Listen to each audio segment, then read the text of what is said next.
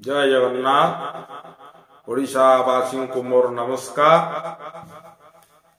पद्मप्रिय जगन्नाथ महाप्रभु जगन्नाथ पद्म को भारी भल पाती। कहीं भल पाती से विषय आलोचना करना। पुण्य पथरे चलुथिबा प्राणी माने पाप पंकजरे पोति होई उद्धार पाई प्रार्थना करुथिबा पतित जनमाने ओ पवित्र मानव माने परम ब्रह्म श्री जगन्नाथंकर जेमिति प्रिय पद्म पत्र शंख कीर्तन और कवि माने मध्य तांकर सेमिति प्रिय। तेणुकरी जगन्नाथंकर प्रिय मानक मध्यरु केतेकंकु उपस्थापन करिबा एई आलोचनार पुस्तक लक्ष्य। प्रियतम पुरुषोत्तमंकर करुणा भिक्षा करी आलोचना पथरे पथिक होउछि। श्रीपतिंकर प्रिय पद्म संपर्क रे प्रथमे आलोचना करा जाय। एठी गीतार बाणी प्रकाश करिबा प्रासंगिक मने हुए। श्रीकृष्ण रूपी जगन्नाथ गीतारे कहिचंती जद जद विभूति सत्तत्वं श्रीमदर्जितमेव का तत्तो देवा गच्छत्वं मम जांसो संभवम। अर्थात जिते सबु ऐश्वर्ययुक्त शोभायुक्त बलयुक्त प्राणी पदार्थ अछंती से सबु तुमे मो तेजरे अंश को उत्पन्न होइछि बोली जान। तो भगवानकर अंशरु आमे समस्त सृष्टि ईश्वर अंशी जीव विनाशी जीवभूत सनातन मन षष्ठ इंद्रियाणि। बाणीर मर्म अनुजाई शोभा संपदरे परिपूर्ण पद्म श्री जगन्नाथंकर अमृतमय स्वरूपर अंश विशेष अटे। ठीक एक कथा अनुभव करी ब्रह्मवादी मधुसूदन अमृत सतायुक्त पद्म संपर्क रे कहिचंती कोटिलावण्य निधिरे पद्म तुही कि अमृते तो तनु गढ़िला बिही तोरूप दर्शने मोर हृदय पुण्य आनंदे हुए अमृतमय। केवल अमृत स्वरूप बहन करुथिबा पद्म कमलापति जगन्नाथंकर प्रिय नुहे।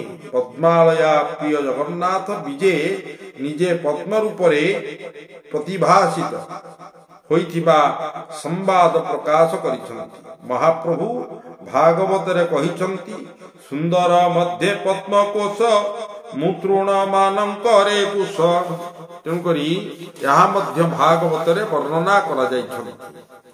कमल प्रिय जगन्नाथंकर भव भय हरणकारी नेत्र जुगल अमलिन कमल अटे। एही अमल कमल लोचन को लक्ष्य करी जयदेव गोस्वामी गीत गोविंद रे लिखिछन्ति अमल कमल दल लोचन भव मोचन त्रिभुवन भवन निधान जय जय देव हरे।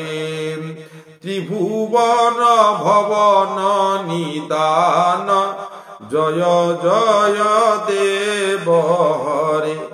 प्रिय पद्मर आभा विभारे जानी जानी महाप्रभु जगन्नाथ निजर बेणी नयन को सृष्टि करिछन्ति।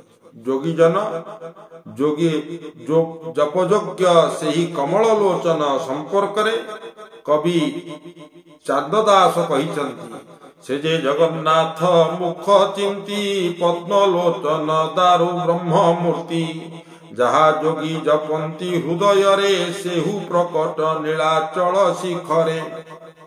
तेणुकरी श्वेत पद्मर प्रभारे प्रकटित जगन्नाथंकर नयन जुगल चित्तकु हरण करि नै थाए। भक्त कवि सालवेगंकर भाषा रे श्वेत पद्म आखि देखिले गो सखी चित्त की बाहुडे आऊ कर्णरे कुंडल दिशे झलमल कौस्तुभ दाऊ दाऊ। पद्मप्रिय नीलाचलनाथंकर श्वेत पद्म नयन केवल सालवेगों को आकृष्ट करी नाही कवि दीनकृष्ण लेखनी को मध्य एही नयन जुगल चलचंचल करिछि। दीन किंचन मानकु सुख प्रदान करुथिबा जगन्नाथंकर धवल कमल शोभा बहन करिथिबा नयन संपर्क से लिखिछन्ति। धवल कमल नयन जुगल चाहाणी भंगिमा तो अति बेरेक दशन बसन भंगिमा अतुल प्रसन्नमय श्री कला श्रीमुख आहे नीलाचल नायक दिन अकिंचन सुखदायक हे आहे नीलाचल नायक। आउ जड़े कवि श्री जगन्नाथंकर श्वेत पद्म परि शोभा पाउथिबा नेत्र जुगल को चिंता करी लिखिछन्ति। अनाथ नाथ को श्री जगन्नाथ को ध्यान कर मन श्वेत पद्म नेत्र को धन्य से नीलाद्रि डोला भव सागर को भेला मन को चला हो से नेत्रे मिला हो हेला कले पाइबु तू दंड धर घात को। कमलाकांतर जगन्नाथंकर श्वेत पद्म डोला भक्त दासिया बाउरी को आकृष्ट करिथिला। भक्त रामदास दाढ़्यता भक्ति रे दासियांकर चिंता को व्यक्त करी लिखिछन्ति। सुरंग दिशे हांडी धार मध्य धवल पेज सार ता मध्य साग दिशे कला बोले ये श्वेत पद्म डोला। कमल प्रिय जगन्नाथंकर नयन केवल श्वेत पद्मरे शोभित नुहे तांकर कर्ण मुकुट मध्य श्वेत कमलर शोभारे जनमान को हरण करिथाए। भक्त कवि दीनकृष्ण नीलाद्रि विलास लिखिछन्ति। नाही शंख चक्र कर शोभित श्वेत कमल कर्णांचल रे धवल सरोज बेनी पद्म मुकुटर शिर धवल गिरी आकार कमले कमला बर की रूप घेनी विजय से नील शैल अव्यक्त लीला प्रकाश ये कली काल हे जगन्नाथ। कमल नयन कमल मुख शोभा पाउथिबा जगन्नाथ को स्तुति करी विद्यापति कहिचन्ति। नमस्ते कमला कांता नमस्ते कमलानन नम कमल पत्राक्ष त्राहिमां पुरुषोत्तम। जगन्नाथ केवल मुख नयन कर्णरे कमल शोभा पाइबा सहिता होइनी सुखदायक कमल शोभारे कमलापति जगन्नाथ श्रीअंग परिशोभित होइछि। एही शोभा दर्शाई दीनकृष्ण लिखिछन्ति।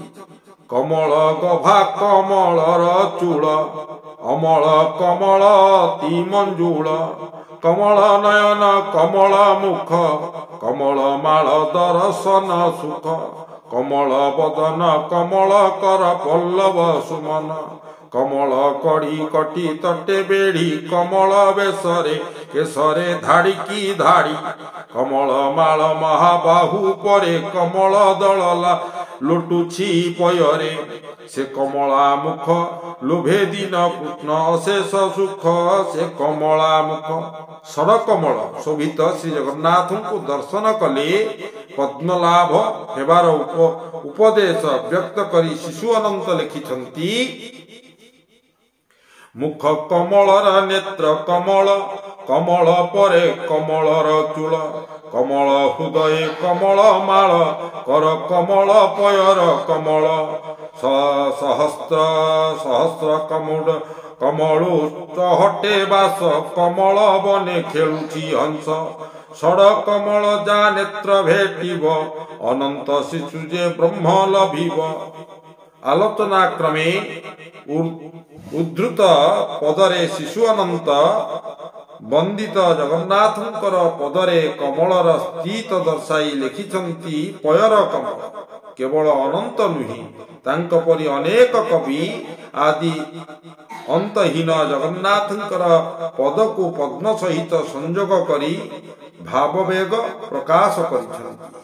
कवि मानकर एही भावस्त्रोषरे उल्लसित हेला बेले उत्कल घंट कवि यदुमणिंकर लेखा मने पड़ी जाए।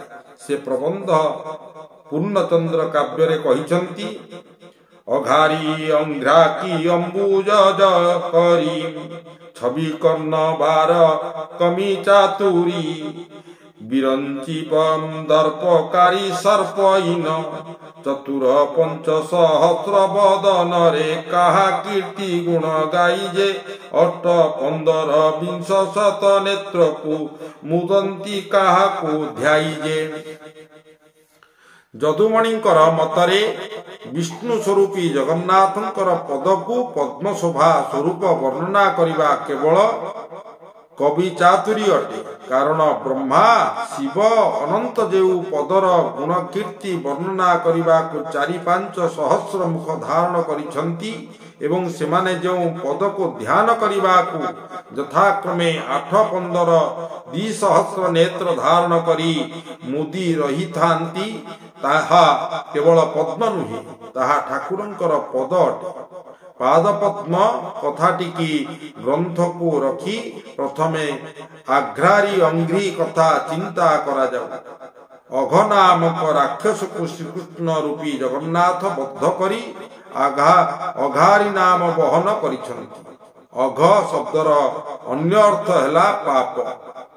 ପାପମାନଙ୍କୁ ହତ୍ୟା ବା ନାଶ କରିବାରେ ଜଗନ୍ନାଥ ପାରଙ୍ଗମ ହୋଇଥିବାରୁ ତାଙ୍କୁ ଅଘାରି ରୂପେ ଆଖ୍ୟା ଦେବା ଯୁକ୍ତିଯୁକ୍ତ ମନେ ହୁଏ।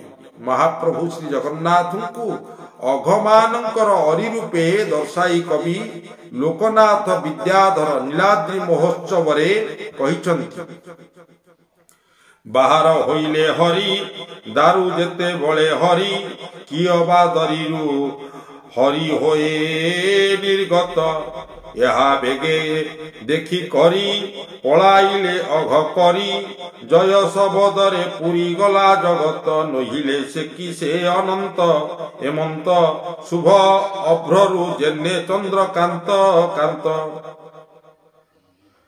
ଦୋଳୋତ୍ସବ ଚନ୍ଦନ ଯାତ୍ରାରେ ଆବଶ୍ୟକ ଅବକାଶରେ ଶ୍ରୀ ଜଗନ୍ନାଥ ଯଥାକ୍ରମେ ଦୋଳଗୋବିନ୍ଦ, ମଧୁସୂଦନ, ବାମନ ରୂପରେ ଦର୍ଶନ ଦେଇ ପାପୀଙ୍କର ପାପମାନଙ୍କୁ ଅପହରଣ କରି ସେମାନଙ୍କୁ ଜନ୍ମ ଯନ୍ତ୍ରଣାରୁ ମୁକ୍ତ କରିଥାନ୍ତି।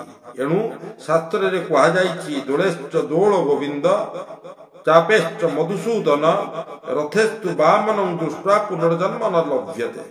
ପାପ ପଙ୍କଜରେ ଘାଣ୍ଟି ହେଉଥିବା ଜନମାନଙ୍କୁ ପତିତ କୁହାଯାଏ ଏବଂ ଏମାନଙ୍କୁ ଉଦ୍ଧାର କରୁଥିବା ଜଗନ୍ନାଥ ଅଘାରି ବା ପତିତ ପାବନ ଭାବରେ ଉଦ୍ଭାସିତ ହୋଇଥାନ୍ତି।